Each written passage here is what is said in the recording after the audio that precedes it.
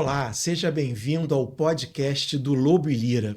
Com especialistas em áreas como contencioso, imobiliário, shopping centers, contratos, ambiental, entre 11 diferentes áreas. Saiba mais em loboelira.com.br. Eu sou Márcio Martins, da comunicação externa do Lobo e Lira, e vou conversar hoje com José Ricardo Lira, mais conhecido carinhosamente como Zeca Lira. Seja bem-vindo, Zeca. Obrigado, Márcio. Dizer que é uma alegria estar aqui participando desse primeiro projeto audiovisual da parceria do escritório com a Trevo. Muito obrigado. E vamos receber também a Juliana Zilinski. Bom, tudo bem, Juliana? Seja bem-vinda. Tudo certo, Márcio. Obrigada por receber a gente. No episódio de hoje, vamos tratar as questões e tendências que envolvem os complexos multiuso e as comunidades planejadas. Zeca, o que significa o conceito de comunidades planejadas?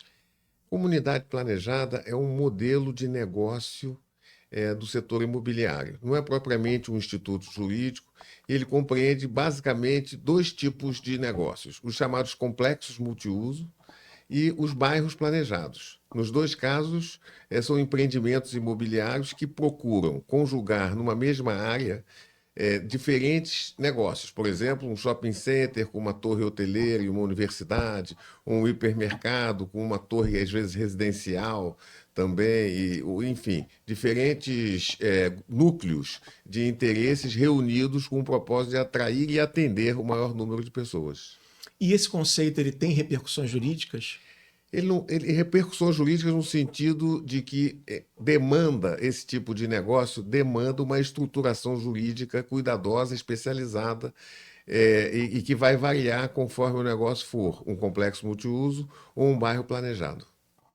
Juliana, em relação à questão da estruturação dos complexos multiuso, né? Quais são as questões jurídicas mais relevantes envolvidas nesse tema? Tem bastante questões que são muito relevantes na estruturação jurídica desse tipo de complexo, que eles são, como já diz o nome, complexos. É muito importante você contar com pessoas especializadas desde o começo da estruturação, porque depois que ele já está se desenvolvendo, fica muito difícil de você mudar as premissas básicas da organização jurídica. Então, quando a gente vai organizar um complexo multiuso, a gente começa com um quadro de áreas, que é um documento produzido por um profissional técnico habilitado, mas que sempre é produzido num trabalho conjunto com os advogados, o memorial de incorporação e a convenção do complexo, que ela vai ter regras do complexo como um todo e ela pode também ser formada por convenções ou subconvenções dos empreendimentos que estão ali dentro daquele complexo. Então, por exemplo, um complexo estruturado com um shopping center, torre residencial e torre comercial, ela vai ter uma convenção do complexo como um todo que vai regrar rateio de despesas, governanças, uso das áreas comuns do complexo como um todo e áreas comuns de uso exclusivo de cada um desses setores, e ela pode conter também as regras que são específicas, hora do shopping, hora da torre residencial, hora da torre comercial. É esse conjunto de documentos que vai criar todo o arcabouço jurídico do complexo. E esses complexos multiuso, só continuando um pouquinho aí na pergunta, eles são cada vez mais comuns, né? Ou seja, o assunto que nós estamos discutindo aqui hoje é algo cada vez mais que acontece por mais vezes no Brasil, né? Especificamente em São Paulo e outras grandes capitais, correto? Com certeza, esse tipo de investimento está se proliferando Brasil afora, seja transformando, né, negócios já existentes, como por exemplo um shopping center, num complexo multiuso, aproveitando-se, por exemplo, a área de estacionamento para a criação de torres, seja estruturando isso desde o começo, porque ele é uma forma, inclusive, de criar um novo ambiente urbano, né? Porque você é capaz de, ali com aquilo, criar torres comerciais, criar residências, criar centros de comércio. Então, é uma forma de desenvolvimento da própria cidade. Zeca, em relação aos bairros planejados, né, o que a gente pode falar sobre a estruturação desses bairros e, juridicamente, o que envolve esse processo? O bairro planejado, ao contrário do complexo multiuso, ele não se organiza em regime de condomínio, propriamente dito. Ele pode conter condomínios, né, e até mesmo um complexo multiuso dentro de um bairro, ele pode ser, porque ele é uma estrutura maior, mas o que é mais importante e sui generis na estruturação do bairro planejado é a forma de regulação da governança, quando o instituidor deseja manter um tipo de controle ou capacidade de decisão no funcionamento e no desenvolvimento do bairro, e o sistema de rateio de despesas. Por que é diferente? Porque no complexo multiuso, como ele é todo organizado em regime de condomínio edilício, as regras de governança, rateio de despesas e outras estão dentro da convenção. E a convenção de condomínio é um documento previsto em lei com efeitos legais especiais. No caso do bairro planejado, o sistema de rateio entre as diferentes operações não pode contar com essa ferramenta, que é a convenção de condomínio. Então, normalmente, ele é organizado através de uma associação de proprietários, né? O que às vezes chamam de moradores, mas nem sempre tem empreendimentos residenciais. Então, seria uma associação de proprietários em que se vai regular ali não só a própria governança, mas o sistema de rateio, a maneira de distribuir os custos comuns entre as diferentes unidades de negócios, com centros de custos diferenciados. Zeca, te ouvindo falar, parece algo complexo, né? O que você entende como sendo os principais desafios ligados a uma iniciativa, uma ação como essa? Bom, o mais importante, o sistema de rateio, ele realmente exige a participação de especialistas que não são necessariamente da área jurídica, mas que encontrem um regime de atribuição de custos às diferentes unidades de negócios que seja considerada justa e adequada. Porque o mais importante do sistema de rateio de despesas é entender que ele não é necessariamente uma fonte de lucro, né? Ele é realmente um sistema que deve tender à neutralidade e à justiça. Quem produz mais demanda por serviços deve custear de uma forma maior as despesas comuns do que outros, e tudo isso segundo critérios técnicos que existem em empresas especializadas que trabalham com esse tipo de construção, né, desse sistema de rateio, seja para, aí nesse caso, tanto para a convenção, para o complexo multiuso, como para o bairro planejado, mas esse é um ponto central de dificuldade e de pressuposto para o sucesso do negócio, além também da questão da governança, que ficaria também dentro dessa associação de proprietários. A gente está conversando aqui, vocês, por favor, fiquem à vontade no momento que um acabar de responder, o outro pode falar, pode complementar, né, para a gente manter o papo aqui vivo. Juliana, como é que funciona a questão da operação dos complexos multiuso? O que você destacaria nesse processo? Um elemento importante da operação é a setorização, né? Você ter diferentes subcondomínios para cada um dos empreendimentos que vão compor o complexo multiuso. Então, voltando para aquele exemplo, por exemplo, de um shopping center com uma torre comercial e uma torre residencial, você vai ter dentro de cada um deles uma operação com alto grau de independência e autonomia. Quer dizer, não interessa ao proprietário da sala comercial o que está acontecendo nos corredores do shopping center. E também não interessa ao shopping center o que está acontecendo na piscina do prédio residencial. De outro lado, tem várias questões que são de interesse do complexo como um todo. Essas questões vão ficar sobre a gestão de uma administração central. Num tipo de empreendimento montado com shopping center, é comum que o shopping center ele tenha um percentual grande dentro do condomínio e que essa administração ela fique, de maneira geral, coordenada por ele, que é, inclusive, o tipo de empreendedor que vai ter a maior capacidade de gerir um complexo, né? Dentro de um prédio de salas, dentro de um prédio residencial, você não tem pessoas de gestão especializadas nesse tipo de administração. Você tem ali um síndico ou um subsíndico, às vezes a convenção dá esse nome.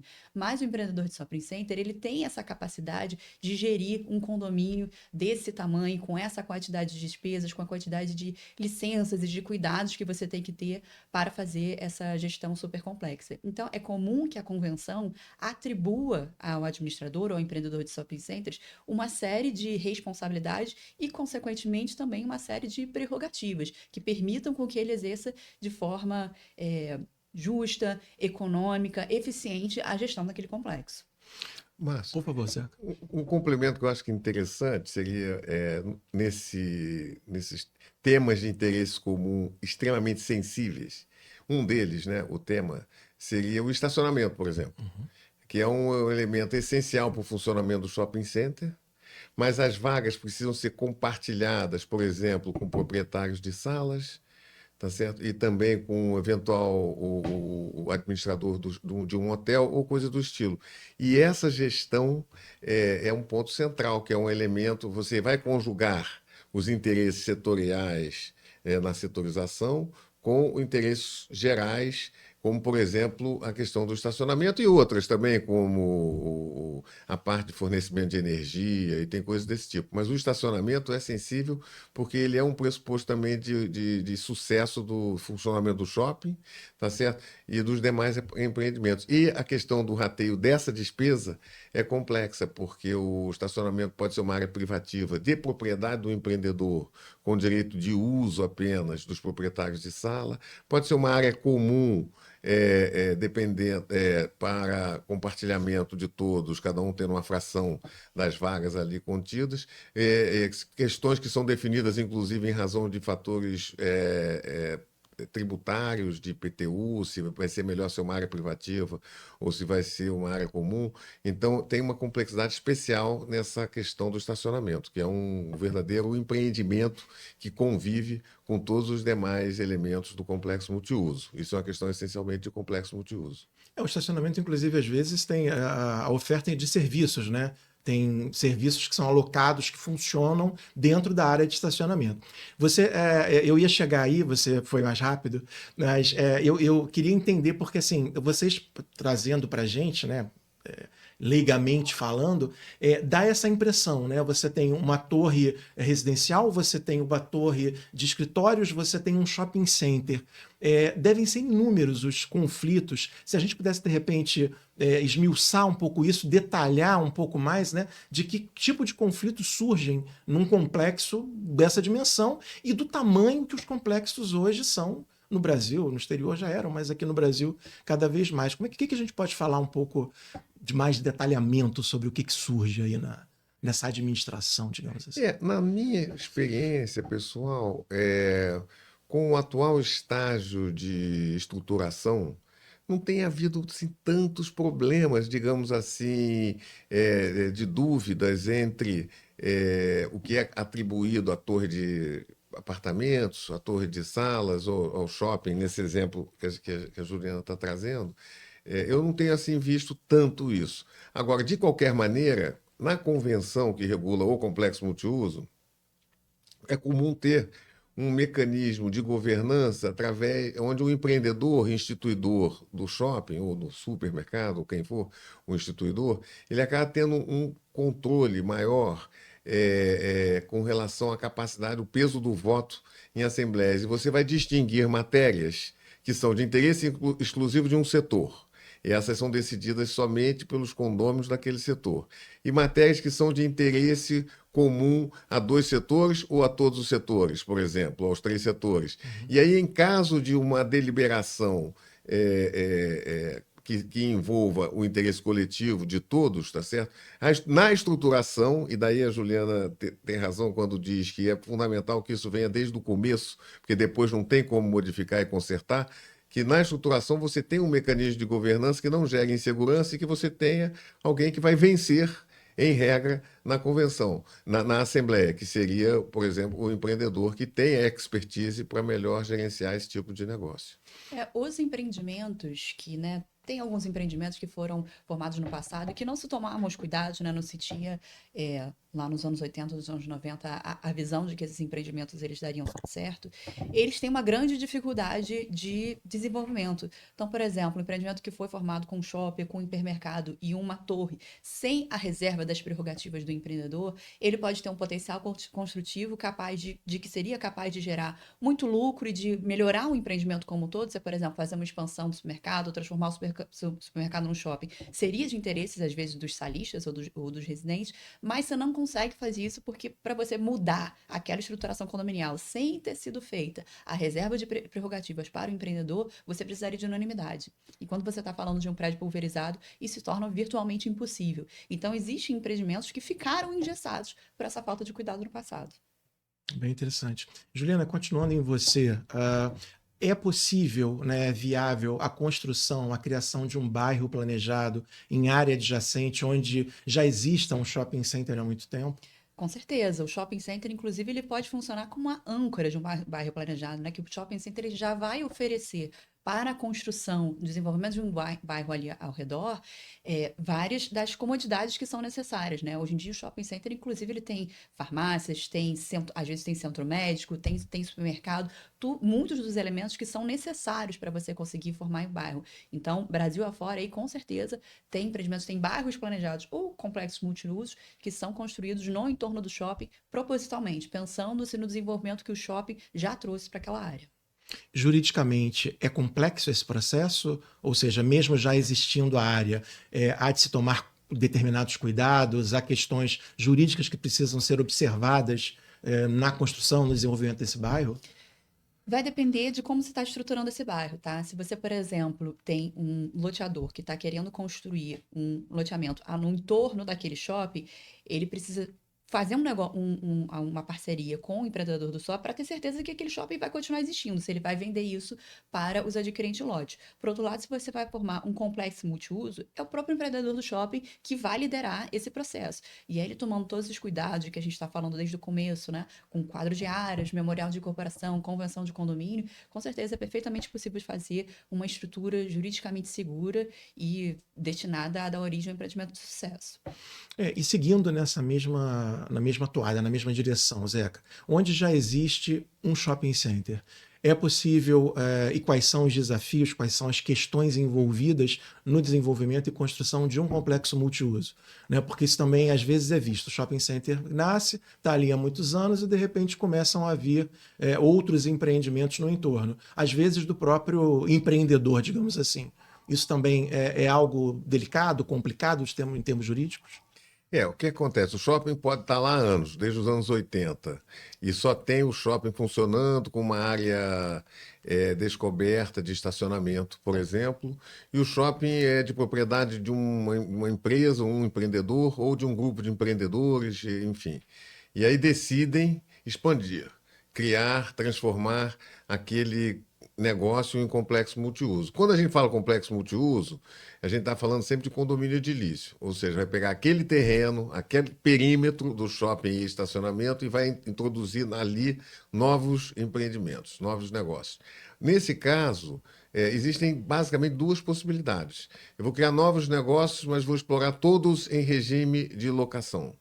Aí não chega a ser um problema muito complexo, porque você mantém sempre a unanimidade, porque tem um dono só, um condomínio de coproprietários que já tem o seu instrumento, tem que ter o seu acordo de coproprietário para regular o desenvolvimento desse negócio, mas eu não tenho o problema de ter vendido para um terceiro estranho ao negócio original, que pode embaraçar, e nesse caso, quando ocorre o desenvolvimento, a transformação de um shopping, somente um shopping, em parte de um complexo multiuso, em caso de exploração através de vendas, isso normalmente acontece nas incorporações, tá certo? Aí sim, vários cuidados têm que ser tomados, porque você, na verdade, primeiro que você precisa que o incorporador desenvolva o prédio de acordo com o planejamento da comunidade que se deseja instalada nesse negócio.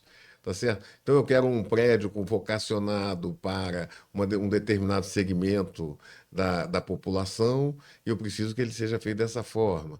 Tá certo? Eu quero que aquele prédio seja destinado a uma atividade específica, porque o conjunto, o planejamento daquela comunidade considera que aquele negócio será necessariamente um hotel ou uma universidade, alguma coisa desse tipo. Então, esses cuidados, eles não nascem do simples combinado, tá certo? É claro que o combinado não é caro desde que ele seja respeitado, mas para que ele seja exigível, é essencial que haja, sim, uma regulação detalhada de como tornar obrigatório o projeto de planejamento daquela comunidade quando terceiros que não participaram dessa concepção passam a integrar o negócio.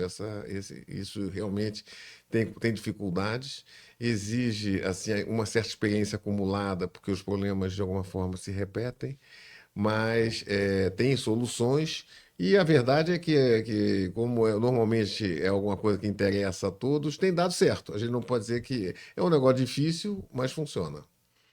Ouvindo vocês falando também, me veio a curiosidade em saber, você tocou logo no início na questão do estacionamento. Normalmente, quais são as dúvidas que os empreendedores, né, que os empresários, eles chegam para vocês na hora de pensar num empreendimento como esse, né? A gente pode falar sobre isso, algo que seja interessante, o mais comum, né, em termos de consulta? Olha, a estruturação do quadro de áreas acho que é uma questão que sempre assusta todo mundo. E existe uma tendência do empresário, e acho que das pessoas leigas, de pensarem na estruturação de um empreendimento desse tipo como se fosse um prédio de apartamentos, onde você tem cada uma das suas unidades autônomas, mais ou menos iguais, e todas as outras áreas elas são comuns, de uso comum de todos os condôminos. Esse tipo de empreendimento a gente não necessariamente estrutura dessa forma. Quando você está pensando no empreendimento que ele pode se desenvolver ao longo de anos, pode inclusive ter alterações no projeto, o ideal é que grande parte do empreendimento esteja dentro da área privativa ou comum de uso exclusivo do empreendedor, seja do shopping, seja do supermercado, para que ele não interfira nas áreas privativas e nas áreas comuns de uso exclusivo daquelas outras edificações, mas ele tenha absoluta liberdade para fazer o desenvolvimento do resto. Então, por exemplo, as áreas de jardins, às vezes as áreas de estacionamento, se forem de uso dos prédios, tudo isso vai estar dentro ou da área privativa ou da área comum de uso exclusivo do empreendedor, né? Sempre que, idealmente, a gente conseguir alcançar essa estruturação. E esse tipo de modelo, às vezes, causa algum estranhamento para o empresário que está se iniciando nesse mercado, mas já é o estado da arte, já é o modelo adotado, tanto por shopping centers como por complexos multiusos bem estruturados. E uma coisa complementar sobre o estacionamento, que eu acho uma curiosidade.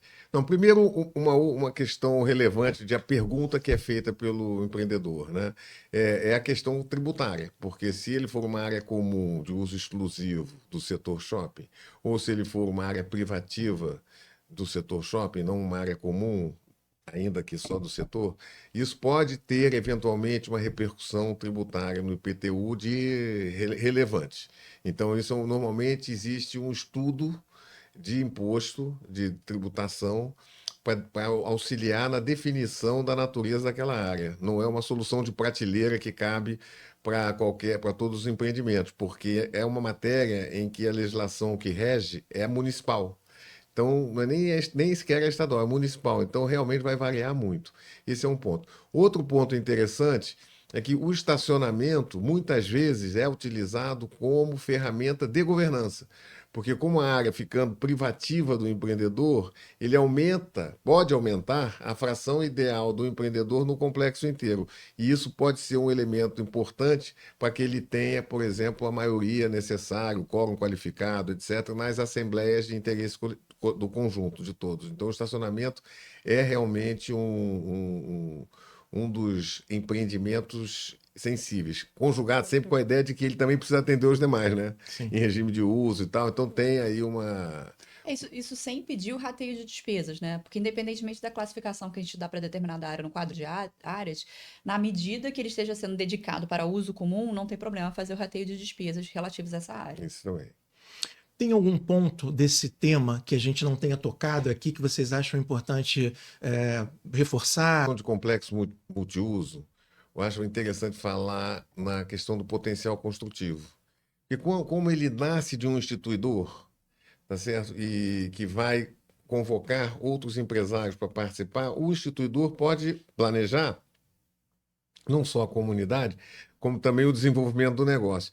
E o ideal é que ele consiga reservar, que ele tenha o cuidado de reservar para a área dele, para o negócio dele, saldos de potencial construtivo para desenvolvimento de novos negócios.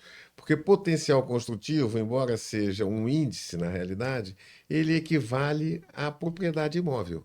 Tá certo? É o quanto você pode construir naquele terreno. Então, este é um fator extraordinariamente importante na definição e na concepção desse tipo de negócio, especificamente no complexo multiuso, onde a gente está falando de um condomínio com um potencial construtivo específico e limitado àquele imóvel. Perfeito.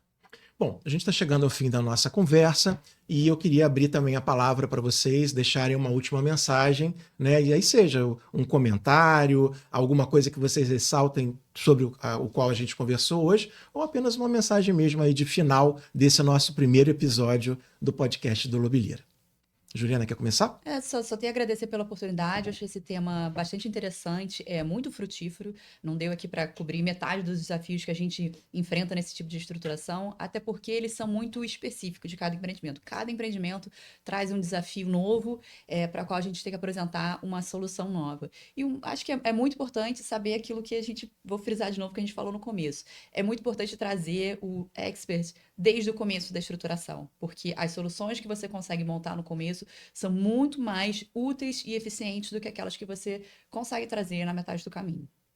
Zeca. Eu diria que, só ratificando, reafirmando aqui o que a Juliana falou, se não fazer no começo é investimento, consertar depois é despesa. Perfeito, acho que isso resume bem. Muito bem falado.